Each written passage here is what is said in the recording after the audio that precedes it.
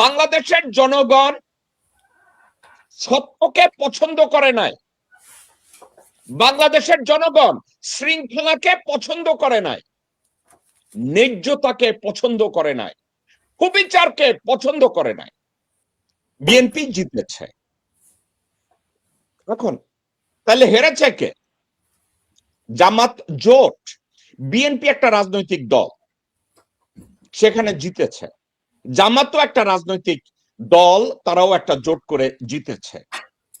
এখন আমি একটা কথা আপনাদেরকে যদি আমি ব্যাখ্যা করতে চাই, আমি যদি বলি জামাত পরাজয় বরণ করেছে নির্বাচনে, আমি এটা বলতে পারি জামাত ঠকেছে।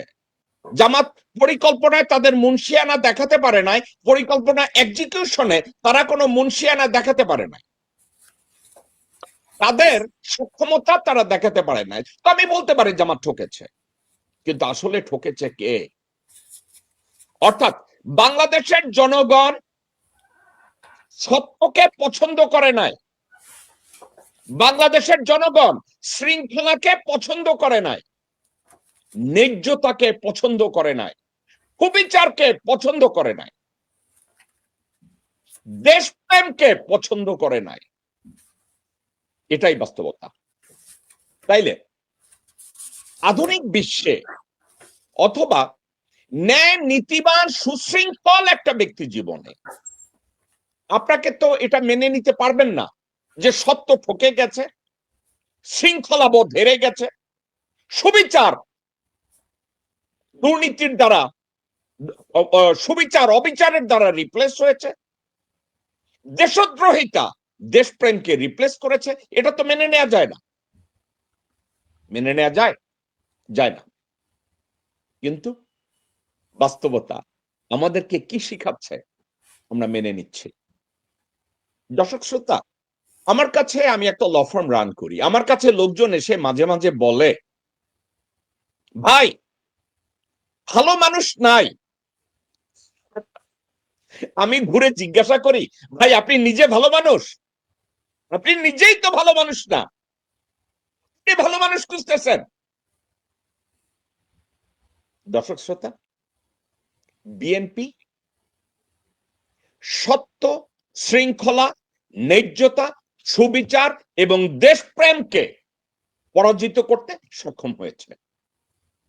এবং জামাত জোট সত্য, শৃঙ্খলা, ন্যায্যতা, সুবিচার এবং দেশকে ফল করে জয়ী হতে ব্যর্থ হয়েছে, অর্থাৎ হেরে গেছে।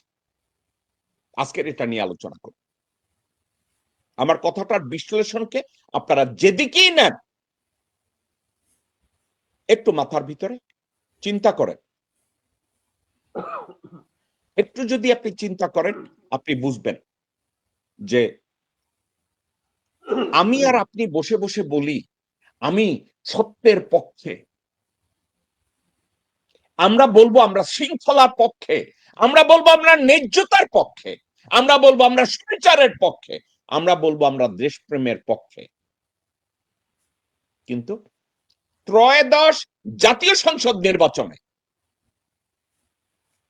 সত্যের পক্ষে যায় না, শৃঙ্খলার পক্ষে যায় নাই, ন্যায্যতার পক্ষে যায় নাই, সুবিচারের পক্ষে যায় নাই, দেশপ্রেমের পক্ষে যায় নাই। এবার the last one, BNP Bangladesh জাতীয়তাবাদী দল যোগ্যতা ভিত্তিক বিচারে, অভিজ্ঞতার আলোকে, সুবিচারের আলোকে, ন্যায় নীতির আলোকে, ইমানের আলোকে তারা জিতে নাই। কিন্তু তারা জিতেছে। কিভাবে জিতেছে? কূটকৌশলে জিতেছে, দেশদ্রোহিতায় জিতেছে, চাঁদাবাজিতে জিতেছে, দখলবাজিতে জিতেছে, বেইমানিতে জিতেছে,